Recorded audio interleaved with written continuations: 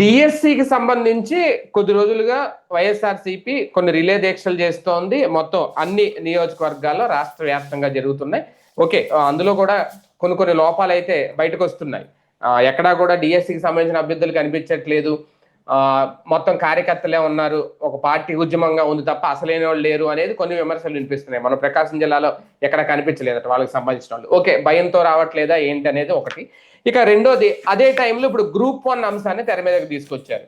అంటే దాన్ని డైవర్ట్ చేయడానికి ఇప్పుడు గ్రూప్ 1 అంటే సిట్ ఒక నివేదిక ఇచ్చింది. ఆ నివేదికలో నిజంగానే అక్రమాలు జరిగినాయి అందులో అప్పట్లో అనేది ఓకే, ఆ పేపర్ దిద్దిన విషయంలో రకరకాల ఆరోపణలు వచ్చినాయి కదా, అవన్నీ నిజమే అని చెప్పి సిట్ నివేదిక తేల్చింది అనేది. అంటే ఇప్పుడు వైసీపీని డిఫెన్స్ లో పడేసే ప్రయత్నం చేస్తోందా, లేదంటే డిఎస్సిని డైవర్ట్ చేయడానికే, ఆ ఉద్యమాన్ని డైవర్ట్ చేయడానికి ఇదంతా తెర మీదకి వస్తుందా? ఇదే అంశం మీద చర్చించే ప్రయత్నం చేద్దాం. సార్, ఫస్ట్ డిఎస్సి విషయంలో ఒక అంటే ఇన్ని రోజులు ఆ దీక్షలు చేయడం ఇవన్నీ ఓకే, ప్రతిపక్షం కాబట్టి చేస్తుందని అనుకోవచ్చు, లేదంటే అనవసరంగా అది నెత్తిన పెట్టుకొని ఇప్పుడు గ్రూప్ 1 మీద సమాధానం చెప్పే పరిస్థితి ఏమైనా వచ్చిందా వైసీపీకి?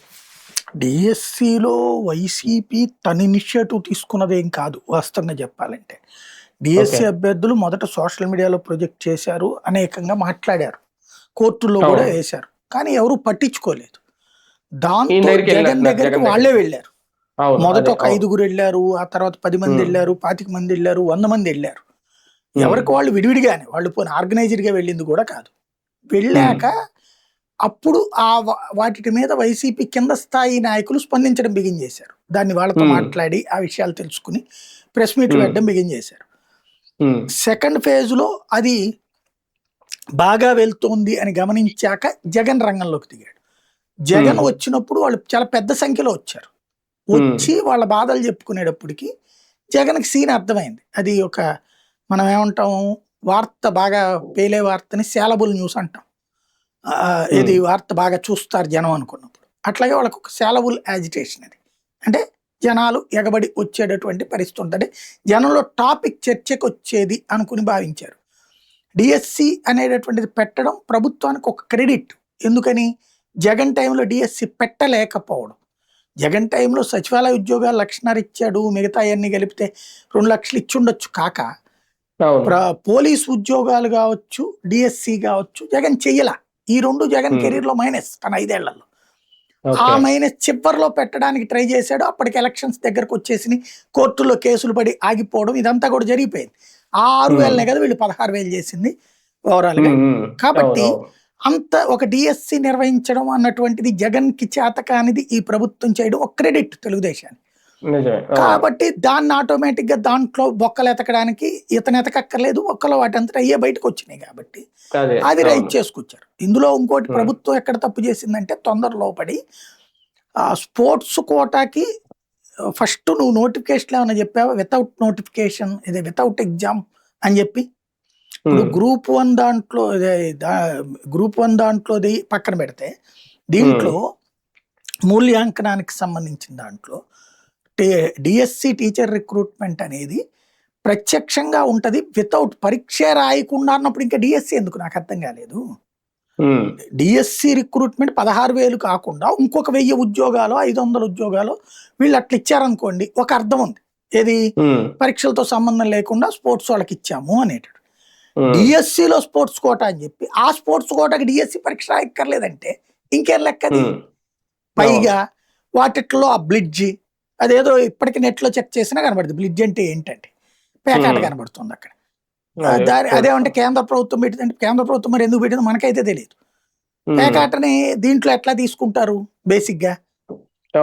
రెండవది దాంట్లో ఇంకో కొంతమంది రైట్ చేసినటువంటి పాయింట్ అంటే జూడో ఇట్లాంటి, అది కూడా సాధారణంగా స్పోర్ట్స్ లో ఎంకరేజ్మెంట్ నువ్వు పథకం తెస్తే ఇస్తారు ఎవడైనా. ఇప్పుడు అమ్మాయి సింధుకో లేకపోతే ఇంకోళ్ళకో ల్యాండ్ ఇచ్చారు, డబ్బులు ఇచ్చారంటే పార్టిసిపేట్ చేసినందుకు కాదు కదా ఇచ్చింది. పార్టిసిపేట్ చేసేటప్పుడు ప్రోత్సాహకంగా దారి ఖర్చులు పెట్టుకునే లెక్కలు ఉంటాయి. అంతేగాని పార్టిసిపేట్ చేసి వచ్చావు నువ్వు అని చెప్పేసి ఎవరికన్నా అవార్డులు ఇవ్వడం చూసావా మనం? పార్టిసిపేట్ చేసి వచ్చావు అని చెప్పి ఎవరికన్నా ₹1 కోటి అనౌన్స్ చేయడం చూసావా? లేదు కదా. Participation is routine part. అది నువ్వు అక్కడ దాకా వెళ్ళగలగడం గుడ్, మన అమ్మాయి కాబట్టి మన అబ్బాయి కాబట్టి. అంతేగాని పార్టిసిపేషన్ వాళ్ళకి ఉద్యోగం ఇవ్వడం ఏంటి? దాంట్లో పథకం గెలిచిన వాళ్ళకి నజరానాలు ఇస్తాం మనం, ₹1,00,00,000 ఇచ్చామా, 25 లక్షలు ఇచ్చామా, 50 లక్షలు ఇచ్చామా, ఒక్కోటి అంతే. ఇంటర్నేషనల్ అయితే ఎంత, స్టేట్ అయితే ఎంత, ఇట్లుంటాయి కదా ప్రోత్సాహకాలు. అవి గెలిచినోడికి ఇస్తారు కానీ పార్టిసిపేట్ చేసిన వాళ్ళందరికి ఇవ్వరు కదా బేసిక్ గా. అదే మీరు ఏ క్రికెట్ లో అయితే గనక గెలిచిన టీంలో 11 మందితో పాటుగా పార్టిసిపెంట్స్ కూడా ఇస్తారు. అది టీంలో మెంబర్స్ గా ఉన్నారు కాబట్టి, అంతేగాని మొత్తం క్రికెటర్లు అందరికి ఇవ్వరు కదా బేసిక్ గా అయితే. అట్లాగే ఇక్కడ గుర్తుపెట్టుకోవాల్సి ఉంది. అది వీళ్ళు ముందేమో పార్టిసిపెంట్స్ అందరికి కూడా ఇచ్చేశారు. అక్కడ ఇచ్చేసి వితౌట్ ఎగ్జామ్ ఇచ్చేసి జీవో ఒకటి ఇచ్చి ఆ ప్రకారం ఇచ్చారు పోస్టులు. వీళ్ళు అనేది అదే అధికారులు అన్ని రూల్స్ ప్రకారం జరిగింది, రూల్ ప్రకారమే జరిగింది జీవో. అది అధికారులు తప్పిదం కాదు, ప్రభుత్వం చెప్పాల్సింది, సమాధానం చెప్పాల్సింది. వితౌట్ ఎగ్జామ్ నువ్వు డిఎస్సిలో ఎట్లా చెప్తావు, ఎలాగా, నెంబర్ 1. రెండవది, పథకాలు రాని వాళ్ళకి పార్టిసిపెంట్స్కి ఎట్లా ఇస్తావు, ఇది కదా రెండో అసలు పాయింట్. పార్టిసిపెంట్కి ఇచ్చారు వీళ్ళు, విన్నర్లు ఉండగా. అది ఇక్కడ పాయింట్. ఇంకోటి ఏంటంటే, మనం స్టేట్ లెవెల్ కాంపిటీషన్స్ లో వచ్చిన వాళ్ళకి ఇస్తారు ప్రయారిటీ.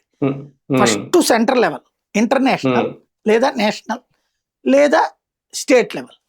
అంతేగాని ఇంటర్ స్టేటు, ఇంటర్ డిస్ట్రిక్టు, ఇంటర్ స్కూల్స్ ఇట్లాంటివి ఇవ్వరు. ఇవి మన ఎడ్యుకేషన్లోకి వస్తాయి ఛాన్సులు. ఇప్పుడు ఫర్ ఎగ్జాంపుల్ ఎన్సిసి, ఎన్ఎస్ఎస్ ఉంటాయండి. ఎన్సిసి వాళ్ళకి తర్వాత జాబ్ కోటాలు కూడా ఉంటాయి. ఎన్ఎస్ఎస్ వాళ్ళకి అట్లా ఉండదు. ఇప్పుడు నేను ఎన్ఎస్ఎస్ కమాండర్గా చేశా 2 years.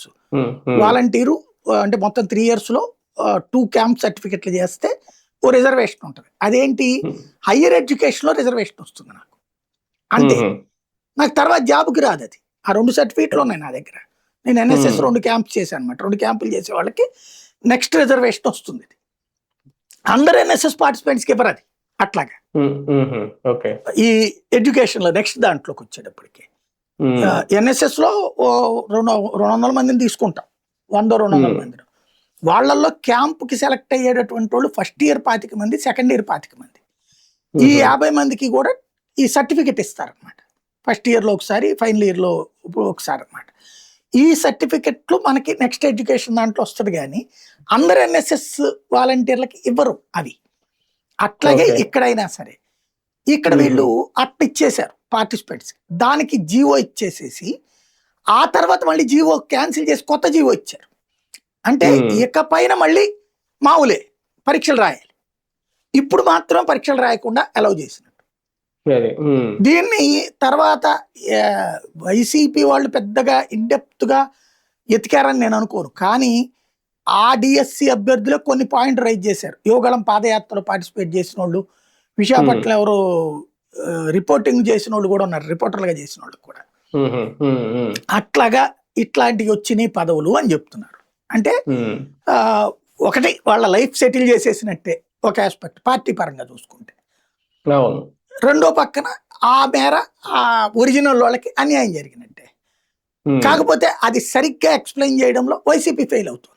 ప్రచారం డిఎస్సి మీద 74 రోజులు చేసి ఉండొచ్చు కాక, ఇప్పుడు నీట్ విషయం మీదన వాళ్ళు ఎలా చెప్పగలిగారు వివరంగా, కాక్రోచ్ జనతా పార్టీ వాళ్ళు అలా వీళ్ళు వివరంగా చెప్పలేకపోతున్నారు. అక్కడ వీళ్ళు వైఫల్యం కనబడుతున్నారు అనమాట. అది కాకపోతే ఏదో ఉద్యమే, కానీ కొన్ని చోట్ల అసలు డిఎస్సి అభ్యర్థులే పాల్గొనట్లేదు అంటే సార్, వీళ్ళ వరకే వెళ్తున్నారట వైసీపీ. ఫస్ట్ లో అంతా కూడా వీళ్ళ అజిటేషన్ లో పార్టిసిపేట్ చేస్తే ఎక్కువ పార్టిసిపేట్ చేయరు వాళ్ళు. 100 మంది ఉన్నారంటే ఓ 10 మంది వస్తారు అంతే. అది కూడా ఏంటంటే శాంతం మర్చిపోతారేమో, వద్దనే వీళ్ళు చేయరేమో అజిటేషన్ అని వస్తారు ఓ 10 మంది. ఎందుకంటే డిఎస్సి అభ్యర్థులు ఏమి ఒక ఆర్గనైజ్డ్ టీం కాదు కదా. ఎవరికి వాళ్ళే ఇష్టం ఉంటే వాళ్ళు వైసీపీ అభిమానులు అయితే వస్తారు, లేకపోతే వదిలేస్తారు. అంటే 3 లక్షల మంది రావాలనే రూల్ ఏం లేదు. ఇంకోటి సెకండ్ ఫేజ్ లో వచ్చి ఎందుకు ఆగిపోయారంటే, లోకేష్ వేసిన అస్త్రం తెలివిగా చేసింది ఏంటి, ఒక 3-4 రోజుల ముందు ఓ స్టేట్మెంట్ ఇచ్చారు, మళ్ళీ డిఎస్సి పెడతామని చెప్పేసి ఈ ఏడాది. ఎప్పుడైతే ఆ మాట అన్నారో, ఇప్పుడు వీళ్ళు ప్రభుత్వంతో గొడవ పెట్టుకుని తర్వాత మళ్ళీ రేపొద్దున అవకాశం కోల్పోతారు కదా దాంట్లో పార్టిసిపేట్ చేసిన వాళ్ళు. అంటే అందుకని వాళ్ళు పక్కకి తప్పుకున్నారు అనమాట. అంటే అదొకటి సార్. తర్వాత మీరు స్టార్టింగ్ లోనే గమనిస్తే ఆ వచ్చిన వాళ్ళ మీద చాలా ట్రోల్స్ జరిగినాయి. రకరకాల రూపంలో వాళ్ళకి ఆ మెరిట్ లేదని కొన్ని స్పూఫ్లు కూడా చేశారు వాళ్ళ మీద కొన్ని వీడియోలు. దానికి కూడా భయపడి వీళ్ళు రావట్లేదు అనేది. ఇంకా అంటే అలాంటి అది కొంతమంది ఉండొచ్చును. క్యారెక్టర్ అసాసినేషన్ అన్నది ఇప్పుడు వీళ్ళది from the beginning Telugu Desam concept కానీ జనసేన కూడా ఇప్పుడు ఆ రూట్లోనే పోయింది. సాంస్కృతిక దాడి, ఎదుటి వాళ్ళని హ్యూమిలియేట్ చేయటం అనేటటువంటి వ్యక్తిత్వ హననం అన్నటువంటిది వీళ్ళకి చాలా అలవాటు. మీడియా ద్వారా వ్యక్తిత్వ హననం చేయడం అన్నటువంటి. కాబట్టి అది దాని ఒక్కదాని గురించి అయితే మరి 3 లక్షల మందిలో ఎందుకుంటారు? బేసిక్గా కొంతమంది తమకి ఛాన్స్ వచ్చి ఇంటర్వ్యూ దాకా వచ్చి కోల్పోయిన వాళ్ళే ఇప్పుడు గొడవ అంతా కూడా. ఇంటర్వ్యూకి కూడా పిలిచి, అది కూడా 1-to-1 అని ఒక పోస్ట్కి ఒకళ్ళనే ఇంటర్వ్యూకి పిలిచి ఆ పైన సెలెక్ట్ కాని వాళ్ళలోనే ఈ కడుపు అంటుంది ఆగ్రహం. అట్లాగే స్పోర్ట్స్ లో తనకి ఇంటర్నేషనల్ నేషనల్ పథకాలు గెలిస్తే పార్టిసిపెంట్కి ఇచ్చేసి తమకి ఇవ్వలేదన్న కోపం ఉన్నోళ్ళే ఉన్నారు. వికలాంగులదైనా అదే ప్రాబ్లం. ఇవి సార్ ఇప్పుడు ఓకే, ఇదంతా డిఎస్సిలో జరిగిందంతా వీళ్ళ చెప్పారు, వాళ్ళు ఏదో పవర్ పాయింట్ ప్రెజెంటేషన్ ఇచ్చి క్లారిటీ ఇచ్చారు. గ్రూప్ 1లో కూడా జగన్ హయాంలో సేమ్ ఇలాగే జరిగిందా? అప్పుడు కూడా మెయిన్స్ లో మార్కులు ఎక్కువగా, మెయిన్ పరీక్షల్లో ఎక్కువగా మార్కులు వచ్చిన వాళ్ళకి ఇంటర్వ్యూల్లో మార్కులు తగ్గించేశారు కావాలని. ఓకే, ఇప్పుడు కోర్టు చెప్పిందంట డిజిటల్ మూల్యాంకనం తప్పు కాదు అనేది, అది వీళ్ళు హైలైట్ చేస్తున్నారు. కానీ అక్కడ అక్రమం జరిగిందా లేదా? ఇక్కడ బేసిక్ గా 3 phases జరిగిందండి. ఫస్ట్ వచ్చేటప్పటికి డిజిటల్ చేశారు వాళ్ళు. చేసినప్పుడు డిజిటల్ కాదు బై హ్యాండ్ చెయ్యాలన్నారు కోర్టు. కోర్టు చెప్పిన తర్వాత బై హ్యాండ్ మార్కులు వేయమని చెప్పాల వాళ్ళని. మార్కులు కూడిక దాని ద్వారా చూడమన్నారు. చెక్ చేయడం అనమాట, క్రాస్ చెకింగ్ అంతే. అదే వీళ్ళు చెప్పేటట్టు ఏది 10th క్లాస్ వాళ్ళు ఇంటర్మీడియట్ వాళ్ళు అంటున్నారు చూడండి, ఆ మార్కుల ట్రాలీ దాంట్లో తర్వాత మళ్ళీ ఇంకో మూల్యాంకనం జరిగిందని వీళ్ళు చెప్తున్నారు అనమాట. దాంట్లో ఇంటర్వ్యూలో ఇట్లాగా అన్నటువంటిది. అది సిట్ వేసింది కోర్టు వేసిన ఆదేశాల మేరకు జరిగినటువంటి సిట్ కాబట్టి ఆటోమేటిక్ అది ఉన్నట్టే. ఇప్పుడు దానికి మళ్ళీ వాళ్ళ ఉద్యోగాలు ఆల్రెడీ సెలెక్ట్ అయిపోయి ఉద్యోగాలు చేస్తున్న వాళ్ళని ఆపడమే. దాంట్లో మేబీ వాళ్ళ ఉద్యోగాలు పోవచ్చేమో, వాళ్ళు మళ్ళీ సుప్రీంకోర్టుకి వెళ్ళాల్సి రావచ్చేమో, గ్యారంటీగా అలా కూడా జరుగుద్దేమో. అంతే. వాళ్ళు ఆల్రెడీ మెయిన్ స్ట్రీమ్ పోస్టులో కూడా ఉండనివ్వద్దండి కోర్టు. తర్వాత వాళ్ళు మెయిన్ స్ట్రీమ్ పోస్టులో మిమ్మల్ని ఇదంటే కూడా సుప్రీంకోర్టు కూడా తిట్టింది కదా అప్పుడు. కాబట్టి మేబీ వాళ్ళైతే సఫర్ అవుతారు గ్యారంటీ. సార్ ఒకటి మనం అంటే నోటల్ గా ఎవరు అధికారంలో ఉన్నా నిరుద్యోగులతో ఆటలాడుకుంటున్నారా? వాళ్ళ పార్టీ వాళ్ళకి, వాళ్ళ అనుకూలులకి మాత్రమే ఉద్యోగం ఇవ్వాలి అనేది, దానివల్ల కొంతమంది సఫర్ అవడం అనేది ఏదైనా గ్రూప్ 1 అయినా డిఎస్సి అయినా జరుగుతుందా? అంటే ఒక్కటేమవుతుందంటే మన వాళ్ళకి ఉద్యోగాలు జనరల్గా ఏ నామినేటెడ్ పోస్టుల్లోనో లేకపోతే ఏ కాంట్రాక్ట్లోనో ఇప్పించుకుంటే గొడవ ఉండదు ఇద్దరు కూడా. కానీ వీళ్ళు చేస్తోంది రెగ్యులర్ పోస్టుల్లో. ఇప్పుడు జరిగిన రెగ్యులర్ పోస్టులు. ఈ రెగ్యులర్ పోస్టుల్లో ఎప్పుడైతే మీరు తేడా చేస్తారో మొత్తం సెట్ నష్టపోతుంది, వ్యవస్థ నష్టపోతుంది. అది ఇద్దరూ చేసిన తప్పు. అది ఇప్పుడు వీళ్ళు చెప్పినట్టు గ్రూప్ 1, ఇప్పుడు డిఎస్సిలో కూడా. అంటే అధికారంలో ఉన్నప్పుడు మన వాళ్ళని వెల్ సెటిల్ చేసుకోవాలి అనేటటువంటి ధోరణి కరెక్ట్ కాదు. అది ఖచ్చితంగా 10 మంది కోసమే చేయొచ్చు నువ్వు తప్పు. ఈ 10 మంది వల్ల 10 మంది సఫర్ కాదు, మొత్తం సఫర్ అవుతారు. ఇప్పుడు ఆ మొత్తం గ్రూప్ 1 క్యాన్సిల్ చేశారనుకోండి, ఆ బ్యాచ్ లో ఉద్యోగం పొందిన వాళ్ళందరూ నాశనం అయిపోయినట్టే కదా. మళ్ళీ అందులో వాళ్ళు చక్కగా పొజిషన్ చేసిన వాళ్ళు, ఆర్డీఓలు ఇట్లాంటి చేసినటువంటి డిఎస్పీలు ఇట్లాంటి చేసిన వాళ్ళు దెబ్బతింటే ఏమైపోయినట్టు వాళ్ళకి. అది సమస్య. ఇప్పుడు అలా జరిగే అవకాశం ఉందా సార్? ఉంటది. ఇప్పటికే ఆల్రెడీ వాళ్ళని సైడ్ వేసేసారు. రేపు గ్యారంటీ వాళ్ళని ఉద్యోగాలు కోర్టుకి చేస్తారు. కోర్టు ఏం చేస్తుందో చూడాలి వాళ్ళకి. సార్ నిజంగా అదే జరిగితే రేపు పొద్దున ఒకవేళ జగన్ అధికారంలోకి వస్తే డిఎస్సి విషయంలో కూడా అలా ఏమన్నా చర్యలు తీసుకునే అవకాశం ఉంటుందా? వీళ్ళు కనుక ఇట్లా చేస్తే రేపు జగన్ పని చేస్తాడు. మామూలుగా జగన్ మొన్న చెప్పిన పాయింట్ అయితే ఇప్పుడు ఉన్నోళ్ళ ఉద్యోగాలు తీయను కానీ మీకు సూపర్ న్యూమరీ పోస్టులు పెట్టిస్తానన్నాడు. అది గతంలో అమలు చేసి చూపెట్టాడు కదా. 98 డిఎస్సి వాళ్ళది చంద్రబాబు నాయుడు అమలు చేయలేదు. 98 డిఎస్సి అంటే తర్వాత బాబే 2 సార్లు అధికారంలో ఉన్నాడు, అయినా కూడా చేయలేదు. జగన్ వాళ్ళందరికీ పోస్టులు ఇచ్చాడు కదా మొన్న మధ్యన లాస్ట్ ట్రిప్ వచ్చినప్పుడు. అట్లా చేస్తాడు ఇతను. ఏంటంటే వాళ్ళ పోస్టులు తీయను కానీ మీకు సూపర్ న్యూమరీ పోస్టులు సృష్టించిస్తానని చెప్పాడు జగన్ ఈ అర్హులైనటువంటి. వీళ్ళు అట్లాగే చేశారనుకోండి, రేపు అది జరగచ్చు మేబీ. అది అంటే ఇప్పుడు గ్రూప్ 1 లో కనుక అలా తీసేస్తే రేపు డిఎస్సి లో కూడా ఎఫెక్ట్ కానీ ఒకట్లేండి, జగన్కి అది సాధ్యం కాదు. ఎందుకంటే వీళ్ళకి లీగలు అదే టెక్నాలజికల్గా main. ఎలా పెట్టాలి, ఎక్కడ ఇరికిచ్చాలి, ఎక్కడ తొక్కాలి, ఎక్కడ నొక్కాలి, వీళ్ళకి మంచి కమాండ్ ఉంది. అతని వల్ల కావట్లేదు అవేవి. ఆర్గనైజింగ్ ప్లానింగ్ కుదరట్లేదు అతను. అంటే ఇప్పుడు ప్రతిపక్షంలో ఉన్నారు కాబట్టి 5 ఏళ్ళు నేర్చుకుంటారేమో ఇలాంటివన్నీ. ఈవెన్ ఇంత ముందు లేడేంటి ప్రతిపక్షంలో కొత్తగా నేర్చుకునే. అప్పుడే అంటే అక్కడ నేర్చుకోలేదు పాపం. మనుషులు ఆయా నెట్వర్క్లు ఉండాలి, మనుషులు ఉండాలి. టీడీపీకి అదే మనుషులు కదా. ఉన్నారు, అది 40 ఏళ్ళ అనుభవం ఉన్న పార్టీ కదా, వీళ్ళకి అంత లేరు అవును. మనుషులు.